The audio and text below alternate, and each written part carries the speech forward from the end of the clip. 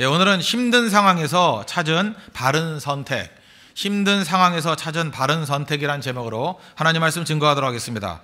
지금 초대교회는 굉장히 힘든 상황에 놓였던 것 같습니다. 그래서 1절, 2절, 3절을 읽어보면 그 힘들다라고 하는 표현들이 중첩되어 있습니다. 먼저 1절을 보십시오. 사울은 그가 죽임당함을 마땅히 여기더라. 스데반의 죽음 얘기합니다. 죽임당함. 그날에 예루살렘에 있는 교회에 큰 박해가 있어 사도회에는 다 유대와 사마리아 모든 땅으로 흩어진지라. 큰 박해가 있었다. 참 교회는 특이합니다. 타협이 있을 때가 아니라 오히려 박해가 있을 때 더 큰 부흥이 있습니다. 박해가 있었다는 거예요. 또 흩어진지라. 디아스포라가 벌어졌다는 거죠.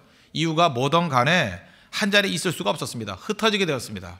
참 묘합니다. 박해가 있고 흩어지면 죽을 것 같지요. 오히려 교회는 더 생명력이 충만해지더라는 것입니다. 어쨌든 어려움입니다. 2절을 보십시오. 경건한 사람들이 스데반을 장사하고 위하여 크게 울더라. 그 성경에 특별히 사도행전에 보면 경건한 사람들, 경건한 부인, 경건한 이렇게 표현이 되어 있는 것은 이렇게 생각하면 됩니다. 유대교로 회심한 이방인들을 표현합니다. 그래서 경건하다라고 하는 모습을 보여주는 게 아니라 경건한 사람들, 그러면 이방인 가운데 유대교로 회심한 사람들을 경건한 이렇게 표현한다는 것입니다. 그러니까 경건한 사람들이 누굽니까? 이방인 가운데 유대교로 돌아온 사람들이 스데반이 죽은 것을 보고 크게 울더라. 그러니까 교회 안에 눈물이 있었다는 것입니다. 아픔이 있었다는 것입니다. 사실 우리 주변에도 보면은 이해 못할 고통당하는 성도들이 있습니다. 눈물 나죠? 그런 고통이 있더라는 것입니다. 또 3절 보십시오. 사울이 교회를 잔멸할세 각 집에 들어가 남녀를 끌어다가 옥에 넘기니라. 이 잔멸이라는 단어는 짐승이 그 맹수들이 먹이를 뜯어 먹는 모습입니다. 그러니까 사자가 이렇게 사슴 같은 거 뜯어 먹을 때의 모습. 그게 잔멸이에요. 그러니까 교회를 물어뜯고 있다는 거죠. 그러니까 굉장히 어려운 시기였다는 것입니다. 또 각 집에 들어가 남녀를 잡았다. 그러니까 이게 가가호 다니면서 가택수색을 했다는 거죠. 집안 다 뒤져가지고 예수 믿는 사람이 있다 그러면 잡아낼 때까지 잡는다는 거죠. 얼마나 위협적입니까? 거기다가 남자들만 끌고 간 게 아니라 남자 여자를 끌고 갔다. 저는 남자 끌려가는 모습보다 여자들이 비명 지르면서 끌려가는 모습들 더 처참하지 않습니까? 그 연약한 여자들까지도 끌고 갔다라는 거예요. 다 감옥에 집어넣었더라. 잘 보십시오. 이 표현들을 보세요. 죽임당했다, 큰 박해가 있었다, 흩어졌다, 또 크게 울더라, 잔멸했다, 집을 찾아다니면서 남녀들을 옥에 가두었다. 다 무슨 얘기입니까? 어려움이 있었다, 힘든 시기였다, 그런 표현입니다. 우리 인생도 살다 보면 이렇게 어려움이 몰아닥칠 때가 있습니다. 내가 상상도 못했던 어려움들이 이렇게 몰려올 때가 있다는 것입니다. 그걸 인생의 쓰나미 그러죠. 사실 얼마 전까지만 해도 쓰나미라는 단어 잘 몰랐습니다. 제가 쓰나미라는 단어를 처음 들었던 것이 2004년이었던 걸로 기억납니다. 2004년 제 기억에 크리스마스 근처였어요. 12월. 인도네시아 그 반다 아체 지역, 그 북쪽에 있는 반다 아체 지역에서 쓰나미가 발생됐다. 그때는 처음에는 쓰나미라고 안 그러고 또 추나미라고 발음하는 사람도 있었어요. 일본어라 그러는데 하여튼 쓰나미가 발생해서 이 해상에서 해일이 와가지고 다 덮쳐버렸죠. 그때 인도네시아뿐만 아니라 동남아시아 지난번 가보니까 미얀마부터 시작해서 많은 나라들이 이 해일로 인해서 많이 죽었습니다. 23만 명이 죽었어요. 어마어마한 거죠. 사실 더 죽었다는 얘기도 있습니다. 그때 제가 쓰나미란 말을 처음 알았습니다. 그리고 2년 전, 그죠? 2011년 딱 2년 전이죠. 3월 달에 일본 동북부에 쓰나미가 일어났죠. 그래서 그 원전, 그 후쿠시마 원전이 폭발해가지고 방사능 오염이 됐고 지금까지도 어려움 당하지 않습니까? 순식간에 초토화돼 버리더라는 것입니다. 이게 쓰나미입니다. 막을 수가 없습니다. 제방으로도 안 됩니다. 배수실로도 안 됩니다. 일본 사람들 얼마나 철저하게 대비했습니까? 그걸로도 안 되죠. 이 파도의 높이가 높을 때 이렇게 막혔을 땐 높아진다 그러죠. 40m까지 올라갔대요. 그걸 어떻게 막습니까? 인생의 쓰나미가 이렇게 밀어닥칠 수 있다는 것입니다. 이거 갑자기 나타납니다. 모든 인생에 갑자기 나타난다는 거예요. 갑자기 나타난 사건이 있다는 것입니다. 인생의 쓰나미 어떤 겁니까? 갑자기 멀쩡하던 사람에게 속이 더부룩해서 병원에 갔더니 당신 암입니다. 인생의 쓰나미죠. 그거 아닙니까? 또 멀쩡하던 가정에서 갑자기 그죠? 남편이 시무룩합니다. 회사가 부도났답니다. 그래서 더 이상 나갈 곳이 없대요. 그 인생의 쓰나미 아닙니까? 또 행복하고 유복하게 잘 지내는 것 같이 보이는데 갑자기 고등학교 다니는 딸이 임신했다 이런 소리를 듣습니다. 그 부모로서 그 청천벽력 아닙니까? 인생의 쓰나미예요. 또 갑자기 그 아내가 눈치가 별로 안 좋아요. 그죠? 이유가 뭐냐? 오빠 보증 섰다가 집 날리게 됐다. 이게 인생의 쓰나미 아닙니까? 남자 됐으니까 여자도 하나 해야죠. 그죠? 네. 또 요즘 같으면 어떤 거예요? 그죠? 전쟁 났다 뭐 이런 거. 그죠? 갑자기 전쟁 날 수 있잖아요. 전쟁이 났다. 인생의 쓰나미 아니에요? 이런 모든 것들, 그죠? 갑자기 일어나요. 갑자기 몰아서 올 때가 있다라는 것입니다. 최근에 우리 영화 가운데 그 레 미제라블 그거 많이 보지 않습니까? 봤는데 저는 그 뉴욕에서 뮤지컬도 봤고, 근데 뮤지컬 볼 때는 도대체가 뭔 소리인지 모르고 잘 몰랐어요. 뭐 스토리는 알지만 그 영화로도 이제 잠깐 봤는데 거기 대표적인 그 판틴의 노래라는 거 있죠. 판틴의 노래. 거기 노래 I Dreamed a Dream이라는 노래죠. 참 애절해요. 저는 이 노래를 처음 접했던 게 그 브리튼스 갓 탤런트라 그래서 그 수잔 보일이라고 그 기도가 필요하게 생긴 어떤 아줌마가 나와서 노래 부른 거 있었죠. 기억하십니까? 예. 눈을 감고 들을 때는 은혜가 되지만 눈을 뜨면 자꾸만 이렇게 마음이 분열이 되는 그런 아줌마였는데 예. 저는 이 가사를 잘 몰라가지고 뭐 잘 리스닝이 안 되니까 저는 밝은 노래인 줄 알았어요. 굉장히 밝은 노래인 줄 알았는데 그죠? 그 뮤지컬 할 때도 그 랜디 그라프라는 여자가 불렀을 때는 좀 밝게 불렀어요. 근데 I dreamed a dream in time gone by 하면서 이렇게 굉장히 밝게 불렀다고요. 근데 그 이번에 영화에서 보니까 그 앤 해서웨이가 부른 노래, 물론 그 반주도 없이 그 흐느끼면서 애절하고 절규 이렇게 부르더라고요. 그래서 제가 이 가사를 한번 읽어봤더니 정말 절절히 가슴 아픈 얘기예요. 이 판틴 어떤 사람이었습니까? 고통의 돌이죠. 어린 딸을 키웁니다. 그 어린 딸을 잘 키우려는데 해고당하죠. 그 먹고 살 길이 막연하니까 창녀가 돼버리지 않습니까? 그러고 난 다음에 여러 남자들에게 짓밟히는 모습. 그 앤 해서웨이 참 그 절절하게 부른 것 같아요. 그 가사를 보니까 이런 거예요. 뭐 요약하면 나는 옛날 젊었을 때는 두려움이 없었다는 거예요. 행복한 시절이 있었다는 거죠. 그러면서 뭐 표현하기를 뭐 세상에 있는 모든 와인을 다 마셔봤고 세상에 있는 모든 노래를 다 불러봤고 뭐 그런 얘기입니다. 무슨 얘기예요? 행복했다. 근데 갑자기 중간쯤에 이런 얘기가 나와요. But the tigers come at night. 그죠? 갑자기 밤중에 호랑이가 찾아들었대요. 그래서 내 모든 희망을 갈기갈기 다 찢어버리고 그 다음에 그것이 내 꿈을 부끄러움으로 만들어버렸대요. They turn dream to shame. 그죠? dream을 shame으로 만들어버렸대요. 인생이 갑자기 그렇게 오는 겁니다. 사실 뭐 그 레 미제라블 그 자체가 그죠? 충격적인 거 아니에요? 인생에 갑자기 닥쳐온 쓰나미. 그죠? 그건 뭐 장발장에도 올 뿐만 아니라 이제 판틴에게도 오고 인생 자체가 그렇다는 거예요. 그래서 많은 사람들이 지금 공감하고 있는 거 아닙니까? 이렇게 어려움이 옵니다. 그럼 문제는 뭐예요? 믿는 사람이든 믿지 않는 사람이든 어려움이 와요. 우리 뭐 해석하죠. 뭐 연단 때문에 어려움이 온다. 뭐 공동체 문제로 어려움이 온다. 어떤 자기 자신의 실수와 죄 때문에 어려움이 오잖아요. 이렇게 인생의 쓰나미가 오잖아요. 경제적으로, 뭐 건강에, 사고로, 뭐 관계에, 어떤 죽음으로 많은 이런 도전들이 온다는 것입니다. 어려움이 온다는 것, 힘든 상황이 온다는 것입니다. 문제는 뭐예요? 신앙이 뭡니까? 바르게 반응하는 거죠. 이럴 때 어떻게 반응해야 될 것인가?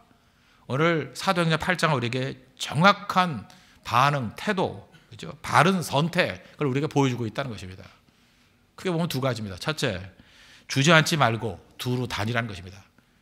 힘든 상황이 올 때 절대로 주저앉지 말라는 거예요. 주저앉지 말고 두루 다니고 움직여야 된다는 것입니다. 8장 4절을 보십시오. 그 흩어진 사람들이 두루 다니며, 이게 참 굉장히 가슴이 와닿더라고요. 두루 다니며 복음의 말씀을 전할세.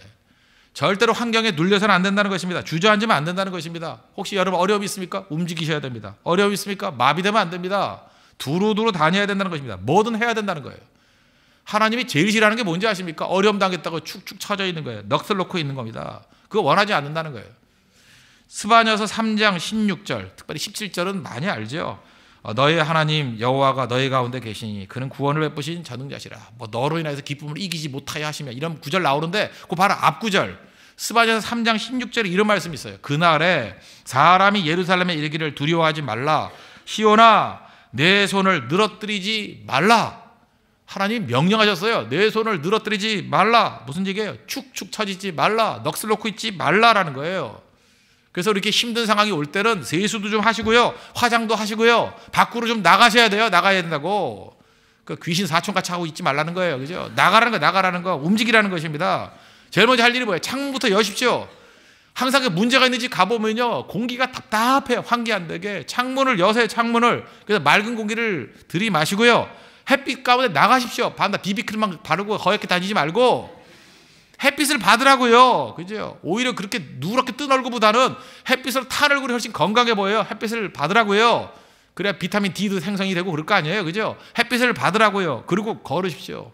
걸으면 돼요. 걸으면. 지난 금요일에 어떤 형제와 함께 공덕동에서부터 인왕산까지 올라갔다가 내려오고 또 대통령 취임 기념으로 청와대 앞에까지 걸어갔다 왔습니다. 그죠? 한 5시간 정도를 쭉 걸었어요. 예, 뭐 절 만나주진 않겠지만 그죠? 이렇게 걸어왔습니다. 그랬더니 몸이 얼마나 가벼워지는지, 몸보다 더 중요한 게 마음이 상쾌해지더라고요. 의욕이 생기고 새로운 비전이 생기고 꿈이 막 떠오르더라고요. 꿈이 막 피어오르더라고요. 그죠? 가만히 있으면 안 되죠. 움직여야죠. 여러분 몇 사람씩 팀 짜가지고 그냥 움직이십시오. 그게 중요한 거죠. 움직이면 길을 닦는 거죠. 세상에 두 종류의 사람이 있다 그랬죠. 성 쌓는 사람이 있고 길 닦는 사람이 있다고. 특별히 문화권을 보십시오. 중국은 성 쌓았죠. 그러니까 팽창을 못 하잖아요. 대신 로마는 길 닦았잖아요. 길 닦으니까 가는 곳마다 길이 돼버리고 자신감의 표현 아닙니까? 우리 임진왜란 당시에 퇴계 이황이 신장로를 만들자 이렇게 제안했잖아요. 임진왜란 전에. 동서로 5개, 남북으로 3개. 그랬더니 반대하는 사람들의 얘기가 뭡니까? 길 만들면 오랑캐들이 쳐들어오기 편하다. 어쩜 이렇게 소극적으로 생각하는지. 만약에 임진왜란 전에 길을 만들었다가 어떤 일이 벌어집니까? 길 만든다는 게 이 대형 토목공사 아니에요. 그건 건설 장비를 만들다 보면은 철강 산업이 발달할 것이고, 철강 산업이 발전하다 보면 병기도 발전할 것이고, 그죠? 또 병기가 발전하면 병기 조금 바꾸면 농기구가 아니에요? 농기구가 발전할 것이고, 농기구가 발전되면 농업 생산량이 늘어날 것이고, 농업 생산량이 늘어나면 그죠? 나중에 유통, 교통 이런 게 다 발전할 거 아니에요? 그럼 나라 전체가 다 융성해지는 거 아닙니까? 한순간에 소극적으로 나가니까 전체가 다 무너지더라는 거예요. 전체가. 적극적으로 가져야 됩니다. 바깥에 나가서 공기 쐬고 햇빛 받고 걷겠다. 이게 아무것도 아닌 것 같이 보이죠. 그거 하나로부터 시작해서 삶의 모든 문제가 다 풀리기 시작한다는 것입니다. 지금 초대교회에 어려움 당했습니다. 핍박이 왔습니다. 머물러 있지 않고 두루 다니며 복음의 말씀을 전할세. 말씀 증거하니까 길이 활짝 열리잖아요. 홍대세 교회는 지금 사역을 위해서 새롭게 길 열고 있습니다. 사실 6개월 전만 해도 예를 들어 네팔 선교 한번 얘기해 봅시다. 네팔. 저는 6개월 전까지만 해도 네팔에 대해서 아는 게 하나도 없었습니다. 아는 사람 한 명도 없었습니다. 그런데 뭐 안다고 가요? 그냥 미리 갔잖아요. 갔더니 어떤 일이 벌어집니까? 거기서 한국말 잘하는 네팔 사람 철수 만나고요. 그죠? 철수라고 만났어요. 그죠? 또 좋은 사역자들 만나고요. 이번에 또 네팔 신학교 가가지고 가겐드라 학장도 만나고요. 또 그 사람의 소개로 또 100명 정도의 신학생들과 연계가 되고요. 사실 신학생 100명 연결됐다는 얘기는 무슨 얘기입니까? 100개의 교회와 연결됐다는 거 똑같은 거 아니에요? 잘 보세요. 이거 2번 갔다 오고 난 다음에 이런 일이 벌어졌잖아요. 가만히 앉아가지고 길 열릴 때까지 기다린다 그러면 그런 길이 열리겠어요? 무조건 가서 부딪히니까 되는 거죠. 부딪히니까 활짝활짝 열리잖아요. 사실 지금까지 확보된 그 관계 속에서만 일을 해도 좋게 10년을 해요. 10년은 일을. 이제 시간이 가면 갈수록 길이 더 열리겠죠. 그러니까 문제가 무엇입니까? 절대로 주저앉아 있지 말고 두루 다니면서 복음 증거해야 된다는 것입니다. 생각이 바뀌어야 된다는 거예요. 어떤 사람은 이렇게 얘기하죠. 길이 열리면 간다. 길이 열리면 간다. 죽을 때까지 못 가요. 자꾸 가면 길이 열려요. 길이 열리면 간다고요? 아닙니다. 가면 길이 열려요. 가야 된다는 것입니다. 그래서 우리가 신앙이 좀 성숙해지면 그 감정 주도형 인간에서 이게 바뀐다 그러죠. 어떤 사람이 이런 사람이 있어요. 나는 기분이 좋아야 일을 해요. 기분이 좋아야 일을 한대요. 이런 사람은 어때요? 그 얌체공 같죠? 이리 튀지 저리 튀지 어디로 튀지 알아요? 그 사람들. 기분에 따라서 움직이잖아요. 그 기분이 그 사람 전체를 좌지우지하잖아요. 그거 삼류 인생입니다. 기분이 좋아야 일을 한대요. 아니죠. 일을 해서 기분이 좋아져야죠. 일을 해보세요. 기분 좋아져요. 난 기분 좋을 때 성교 간다. 성교 절대 못 가요. 언제 기분이 좋아요? 마귀가 그 성교 가려는 마지막 순간에 기분 나쁘게 만들어 버리지. 안 그래요? 성교 갈라 그러면 부부싸움하고, 성교 갈라 그러면 욕먹고, 성교 갈라 그러면 넘어지고, 성교 갈라 그러면 사고나고. 항상 그럴 거라고. 기분에 의해서 좌우되는 사람들. 아닙니다. 가면 기분 좋아져요. 이번에 뭐 캄보디아 선교도 그렇고 네팔 선교도 갔다 온 사람들 다 기분 좋아서 왔잖아요. 기뻐서 왔죠? 그렇잖아요. 갔다 오면 기뻐지는 거예요. 갔다 오면 기분 좋아지는 거예요. 인생을 그렇게 살아야죠.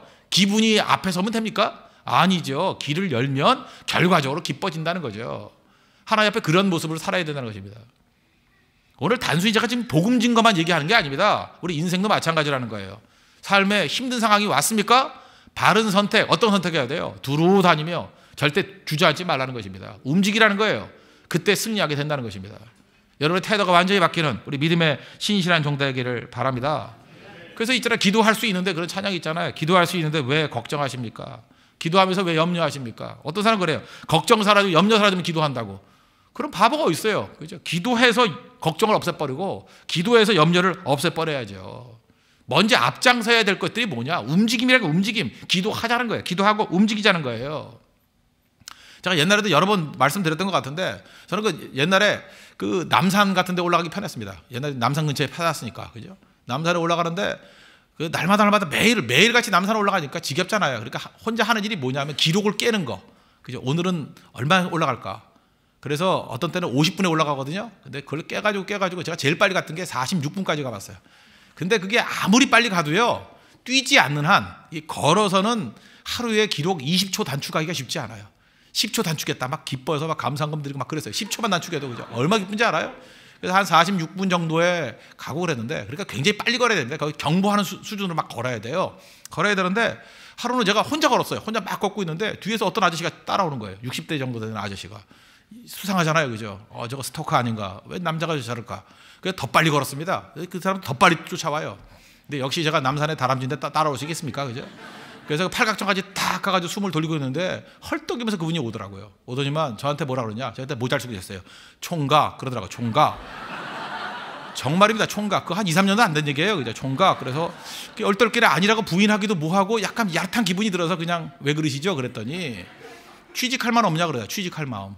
그래서 무슨 일이냐 그랬더니 이렇게 걷는 모습을 보니까 너무 의욕이 넘친대요. 우리 회사에 취직하길 원한대요.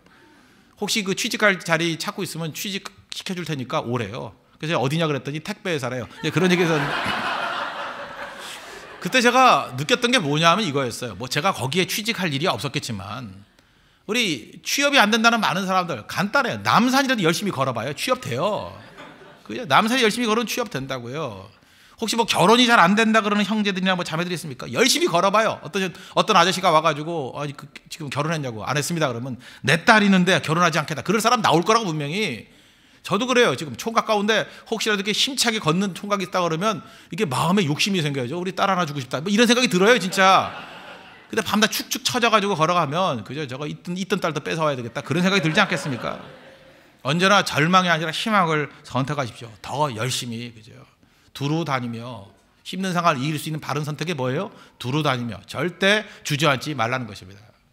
또 한 가지 두 번째인데 불순종했던 것들을 순종하라는 것입니다. 그럼 길이 활짝활짝 열립니다. 불순종했던 것이 있습니까? 다시 순종의 길로 가라는 것입니다. 예수님께서 마지막으로 그의 제자들에게 남기신, 그의 백성들에게 남기신 가장 큰 명령이 무엇입니까?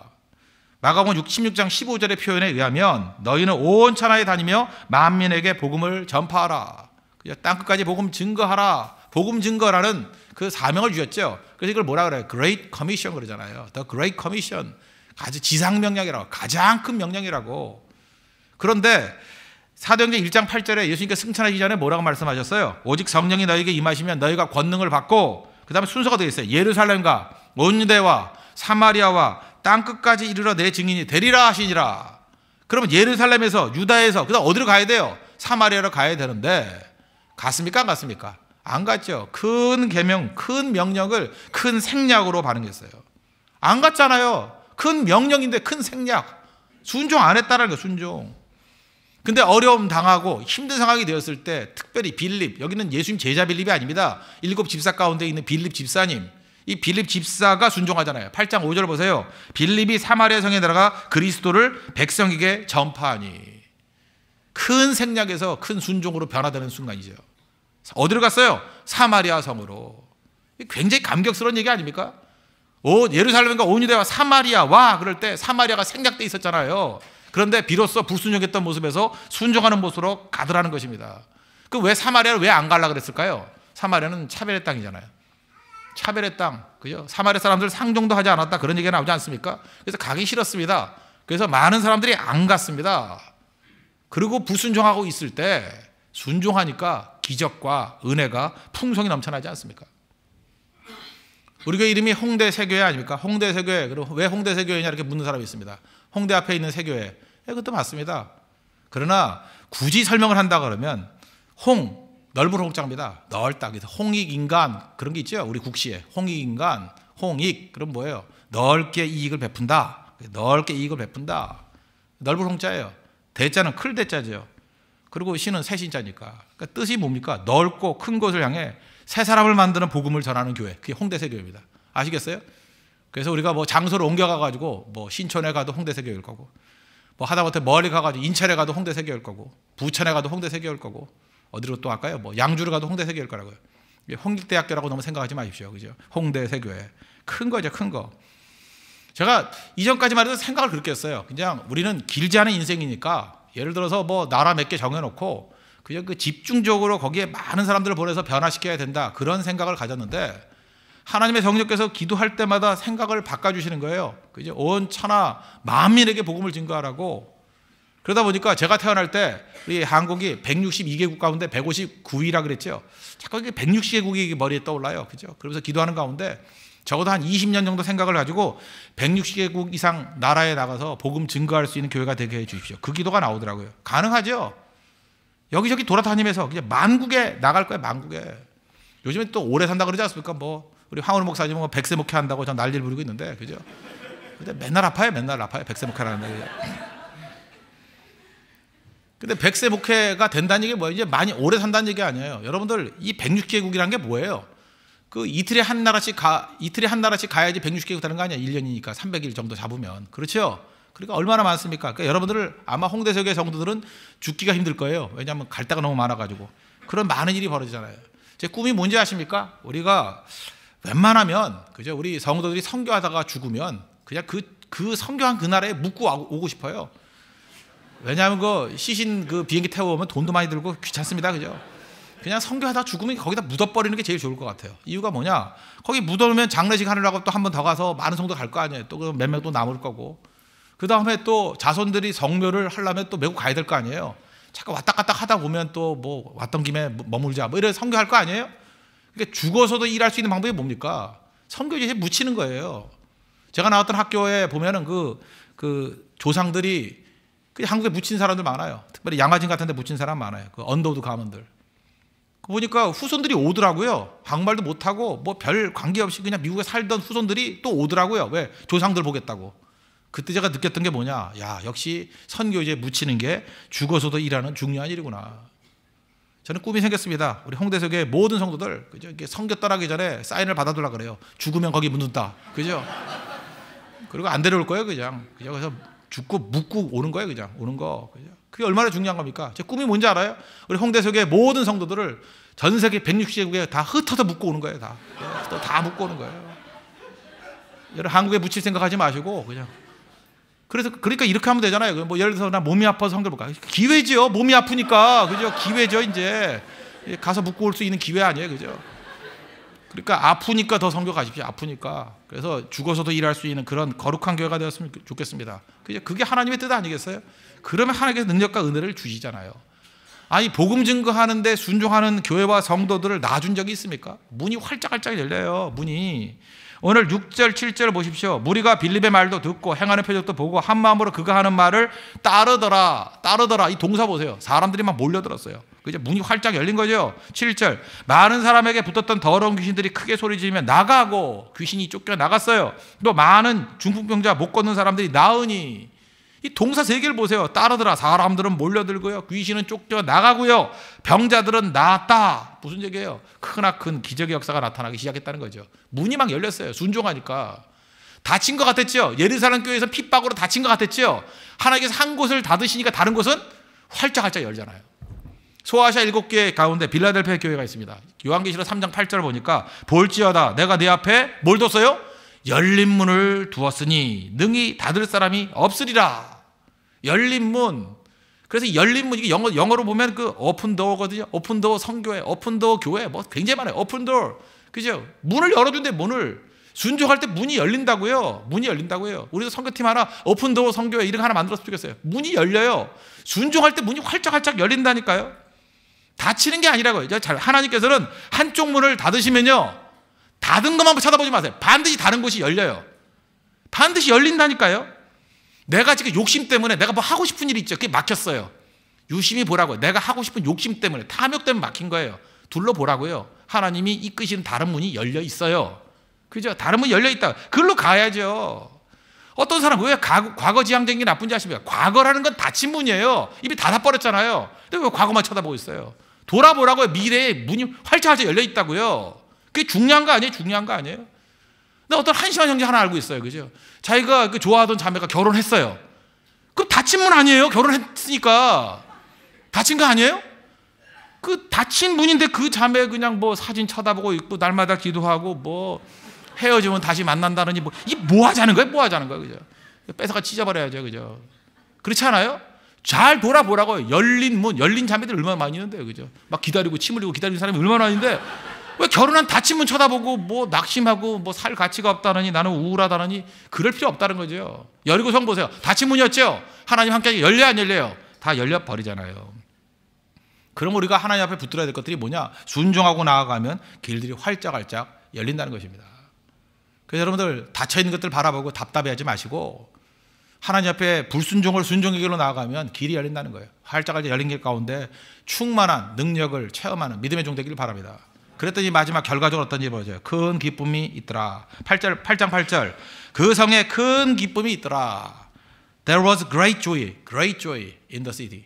Great joy, 큰 기쁨이 임하게 되더라는 것입니다. 원래 사마리아는 어떤 땅에 거절감의 땅, 슬픔의 땅, 어둠의 땅. 근데 그 땅에 기쁨이 임했어요. 기쁨이. 왜요? 영접하니까. 복음이 증거되니까.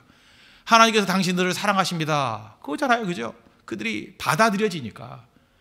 많은 사람들이 거절감 때문에 괴로워합니다. 근데 받아들여지니까 기쁨이 있잖아요. 우리가 지금 예배 때 이렇게 기쁜 이유가 뭐예요? 하나님이 나를 사랑하시고 나를 받아준다는 거. 그죠? 세상은 우리를 거절하잖아요. 율법주의가 뭐예요? 정죄하고 거절하고 너는 쓰레기 같은 인간이라 그러고 살 가치도 없다 그러고 네가 무슨 의미가 있냐 그러고 너는 실업자라 그러고 너 찌질이라 그러고 나고자라 그러고 뭐 맨날 그런 얘기들만 듣지 않아요? 88만 원 세대라 그러고 그죠? 잉여 인간이라 그러고 뭐 어떻게 그런 단어들만 다 만들어내는지 그죠? 계속 만들어내면서 선동하고 사람들 짓누르고 괴롭히고 그러잖아요. 근데 하나님은 뭐라 그래요? 내 사랑하는 아들이고 딸이라고. 택한 나의 백성이고 택한 나의 그릇이라고 인정해 주시잖아요. 사마리아의 큰 기쁨이었습니다. 하나님의 자녀가 되는 기쁨, 하나님의 자녀가 되는 권세. 그게 중요한 거 아니에요? 어떤 선교사님 이야기입니다. 5 형제가 있었대요. 형제도 많았죠. 옛날에는. 그중에 막내였답니다. 막내의 특징, 뭐 사랑받을 것 같이 보이지만 이 형제들이 많을 때 막내는요 참 살기 힘든 겁니다. 그거 아십니까? 맨날 소외당하고. 그래서 이게 항상 인정을 받지 못하고 그 형들에게 치여가지고 어려움을 당했대요. 근데 하루는 학교에서 선생님이 자기가 미술 시간에 그림을 그렸는데 그림을 가져다가 교실 뒤편에다가 자기 그림을 가운데다가 붙여놨대요. 잘 그렸다고. 그때부터 이분이 막 흥분이 되기 시작했다는 거예요. 내 평생 이렇게 인정받긴 처음이다. 담임 선생님이 나를 인정했다. 내 그림이 교실 뒤편에 붙였다. 학교 가기 싫던 사람이 학교를 넘어가고 싶더래. 자기 그림 보고 싶어가지고. 그냥 쉬는 시간마다 한 번씩 만져보고 쳐다보고 웃고 기쁘지 않게 해서 자기 그림이 붙여있다는 것 때문에 너무 기뻐가지고 엄마한테 얘기했대요. 엄마 내 그림이 교실 뒤에 붙었어. 그러고 이제 어머니가 좀 칭찬해주고 야 자랑스럽다 내 아들아 그래야 될 건데 엄마가 그러더래요. 그림에 밥 먹여주냐? 참 이런 엄마가 되면 안 되겠죠. 상처를 받다는 거예요. 도저히 엄마는 안 되겠다. 그래서 아버지한테 갔답니다. 아버지 내 그림이 오늘 교실 뒤에 붙었어요. 그랬더니 아버지가 호를 내면서 밥 먹을 때 입 벌리지 말랬지. 그러면서 혼나는 거예요. 그래도 자기가 믿을 만한 거는 이제 형밖에 없으니까 넷째 형한테 가서 그랬다는 거예요. 형 오늘 내 그림이 교실 뒤에 붙었어. 그랬더니 형이 아주 확인 사살까지 하더라는 거예요. 그거는 네가 그림 되게 못 그리지만 선생님이 너를 위로해 주기 위해서 붙여놓은 거야. 이 바보야. 네가 잘해서 붙인 건지 아냐. 완전히 그 박살이 났다는 거예요. 이때 이 선교사님이 어렸을 때 그런 얘기를 합니다. 자기는 그저 누가 나를 인정해 주는 사람이 없나 인정감에 목말라 있었다는 거예요. 아무도 나를 인정해 주지 않았다는 거예요. 아버지도 인정해 주지 않고 어머니도 인정해 주지 않고 형들도 그렇고 언제나 못한다 그러고 찌질이라 그러고 나고자라 그러고 자기는 인정해 주는 것이 없었대요. 그래서 자기가 생각하기를 누가 나를 인정해 주면 내 목숨이라도 바치겠다 그런 마음 먹었대요. 이게 세상입니다. 세상이 그래요. 항상 정죄하는 세상, 율법적인 세상이 그래요. 인정 안 해준다고요. 그러다가 학교에서 어떤 일이 벌어졌냐. 옛날에 그 콜레라 주사 이런 거 많이 맞았죠. 주사. 그죠? 근데 주사 맞는 거 다 겁내잖아요. 그래서 막 쭈삣쭈삣 하고 있는데 그 담임 선생님이 나오시는 여자 선생님인데 나오셔가지고 생글생글 웃으면서 여기 혹시 주사 용감하게 제일 먼저 맞을 사람이 있냐? 한 사람이 용감하게 맞고 그죠? 이거 아무것도 아니다라고 얘기해주면 우리 전체가 다 구원받을 수 있어. 뭐 그런 식으로 표현했는가 봐, 그죠? 그랬더니 이때 내가 인정받을 수 있는 유일한 길이다. 손을 들고 저요 하고 맞았다는 거예요. 콜레라 주사를 제일 먼저 맞았더니 그때부터 선생님이 그렇게 칭찬해요. 그 선생님이 좋은 사람이었던 것 같아요. 그죠? 그림도 뒤에 붙여주고 애도 인정해주고 아마 그 선생님이 아셨던 것 같아요, 그죠? 너 같은 애 없다. 너같이 용감한 애 없다. 너는 훌륭한 인물 될 거야. 그죠? 콜레라 주사도 제일 먼저 맞고 너무 기뻐가지고 날아갈 것 같더라는 거예요. 그래서 집이 좀 먼데 이제 걸어서 가는데 그 중간에 가다 보니까 그 남대문 좀 지나가는데 옛날에 그 길거리에서도 콜레라 예방주사 그 맞는 그 데스크가 있었습니다. 그거 아세요? 예? 한 번 더 맞아야겠다. 그런 생각이 들었더라고요. 내가 할 수 있는 건 콜레라 주사 맞는 것밖에 없어. 저 맞을래요. 그리고 또 맞았다라는 거예요. 그랬더니 거기서도 훌륭한 아이다. 그죠? 길거리 가다가 맞는 애 처음 봤다고 또 인정해주고 칭찬해주고 그럼 이렇게 증서 하나 주거든요. 증서 2장 모았다. 또 가다 보니까 종로에서 또 있더라는 거예요. 그래서 또 맞고 해화동 가니까 또 있더래. 또 맞고 집이 삼성인데 삼성기 앞에서 또 맞고 집에 와서 알아 누웠대요. 바이러스 주는 건데 그죠? 완전 알아 누웠대요. 그러면서 그 선교사님 얘기가 자기가 그 정도로 인정감에 대해서 굶주려 있었다는 거예요. 그죠? 콜레라 주사를 5번 맞을 정도로. 그러다가 하나님을 만났더니 하나님께서 자기를 인정해 주시더라는 거예요. 나의 택한 백성이라 그러고. 내가 복음 증거한다 그랬더니 너밖에 없다 그러고. 복음이 뭔지 아십니까? 하나님 만나는 겁니다. 하나님 만나면 우리를 인정해 주십니다. 하다못해 베드로 보세요. 예수님 부인하고 떠났지만 내가 이 모든 사람보다 나를 더 사랑하느냐? 내가 주를 사랑하니 주께서 아시나이다. 인정해 주잖아요. 내 양을 먹이라. 맡겨주시잖아요. 우리는 그걸 못해요. 인정을 못해요. 그죠? 우리는 막 남 정죄하고 넘어뜨리고 공격하는 거에 익숙해져 있지 인정과 품어주는 걸 못해요. 복음이 뭔데요? 품어주면 인정해주면 기쁨이 넘쳐난다니까요. Great joy in the city. 그죠? 그 도시에 큰 기쁨이 있었다. There was a great joy. 그죠? 그곳에 큰 기쁨이 있었더라. 그걸 못하다는 거예요. 그걸. 저도 굉장히 어려울 때가 있었습니다. 어렵고 그죠? 뭐 막 영적으로 눌리고 도대체 이게 뭐 숨도 못 쉴 정도의 상황이 왔어요. 그래서 얼마나 많이 기도했는지 모릅니다. 엎드려 기도했을 때 일전에 한번 말씀드렸죠. 기도할 때 뭐 하나님의 음성이랄까 뭔지 잘 모르겠어요. 뭐 큰 소리도 아니에요. 근데 그때 내가 뭐 영어 공부를 좀 해서 그런지 모르지만 하나님이 딱 한마디 하시더라고요. I know. 내가 안다. 참 그 말씀이 그렇게 위로가 되더라고요. 뭐 그렇게 긴 얘기도 아니에요. 내가 안 돼요. 하나님이. 네 마음 안 돼요. 그 한마디에 모든 위로를 다 받고요. 다시 일어설 수 있는 힘을 얻게 되더라는 것입니다. 그 다음 붙은 게 뭔지 알아요? 디모데후서 4장 2절 보니까 너는 말씀을 전파하라. 때를 어떤지 못 어떤지 항상 힘쓰라. 하나님 함께해 주신대요. 그죠? 어떤 난관과 어려움이 있더라도 말씀을 전파하래요. 그럼 함께해 주신대요. 능력 주신대요. 힘 주신대요. 그게 일에 사는 동기 아니에요? 여러분도 마찬가지입니다. 하나님 만나셔야 됩니다. 그죠? 하나님 만나면 인정해 주셔요. 품어 주셔요. 이끌어 주신다고요. 그래서 최종적으로 승리할 수 있는 하나님의 거룩한 자리를 이끌어 주신다는 것입니다. 우리 홍대석에 있는 모든 성도들은 아무리 힘든 상황에 놓인다 할지라도 절대로 주저앉지 말고 그죠? 두루 다니십시오. 그리고 불순종했던 모든 순간들을 순종의 순간으로 변화시키십시오. 길이 활짝활짝 열릴 거예요. 그죠? 열린 문, 오픈 도어가 우리 앞에 놓여 있을 것입니다. 그러면 큰 기쁨이 임하게 된다는 거예요. 왜? 우리도 인정받은 기쁨, 하나님께 쓰임받은 기쁨, 또 다른 사람을 인정해 주니까 그 도시 전체에 큰 기쁨이 넘쳐나게 될 것입니다. 복음 만나야, 예수님 만나야 우리 가정과 우리 국가와 우리 가는 곳마다 큰 기쁨이 임하게 됩니다. 우리 기쁨으로 반응하는 믿음의 신실한 종 되기를 축원합니다. 기도하겠습니다. 우리 다 같이 하나님께 간구하도록 하겠습니다. 힘든 상황이 올 때 하나님 바른 선택하게 해주십시오. 주저앉지 말고 두루 다니게 해주시고 불순종했던 것에서 순종하고 인정받고 인정함으로 말미암아 큰 기쁨이 임하게 해달라고 다 같이 하나님께 간구하도록 하겠습니다.